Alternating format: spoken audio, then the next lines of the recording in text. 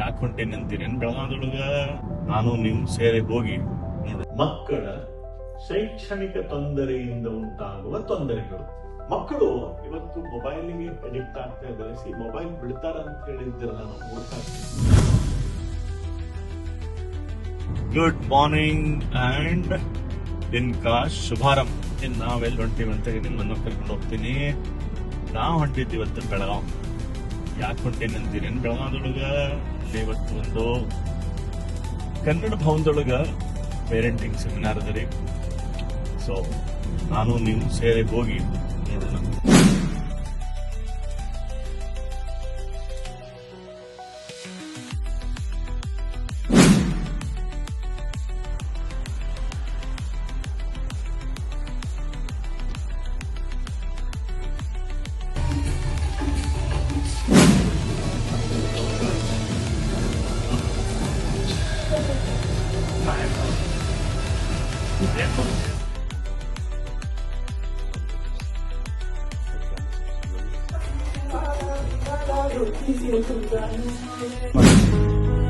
ಇತ್ತೀಚೆಗೆ ನಾವು ನೋಡ್ತೀವಿ ಈ ಹುಡುಗರಿಗೆ ಸ್ವಲ್ಪ ಶೈಕ್ಷಣಿಕ ತೊಂದರೆಯಿಂದ ಉಂಟಾಗುವ ತೊಂದರೆಗಳು. ಎರಡು ತೊಂದರೆಗಳಿವೆ ಒಂದೇ ವಾಕ್ಯದೊಳಗೆ. ಶೈಕ್ಷಣಿಕ ತೊಂದರೆ ಒಂದನೇದು, ಎರಡನೇದು ಇಂದ ಉಂಟಾಗುವ ತೊಂದರೆಗಳು ಎರಡನೇ ತೊಂದರೆ. ಈ ಎರಡನೇ ತೊಂದರೆ ಏನಿದೆಯಲ್ಲ ನಿಮಗ್ ಕಾಣಿಸ್ತದೆ.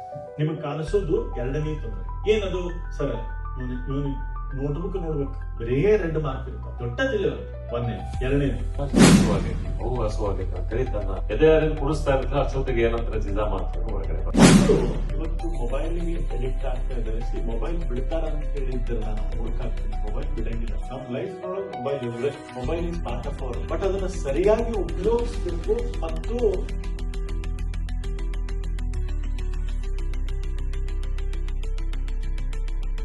ನಮ್ಮನ್ನು ಬಿಡಬೇಕಂತ ಇದ್ರಾಗ ಮಾಡಿ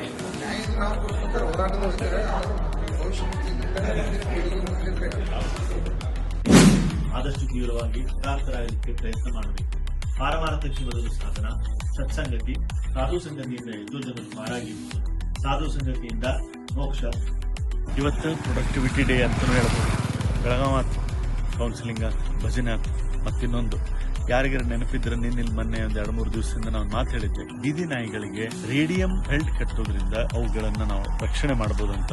ನೋಡ್ರಿ, ಇವತ್ತ ಓಣಿ ಒಳಗ ಒಂದು 4 ಹೊಸ ರೇಡಿಯಂ ಬೆಲ್ಟ್ಗಳು ವೈಶಾಲಿ ಪಾಟೀಲ್ ಅವ್ರು ಏನ್ ಮಾಡ್ಯಾರ ಅಂದ್ರೆ ತರಿಸಿ ಆ ರೇಡಿಯಂ ಬೆಲ್ಟ್ ಹಾಕ್ಯಾರ ನಾಯಿಗಳಿಗೆ. ಇದು ಇವತ್ತಿನ ಪ್ರೊಡಕ್ಟಿವಿಟಿ ಡೇ. ಅರಳಿಗೂಡಿಗೆ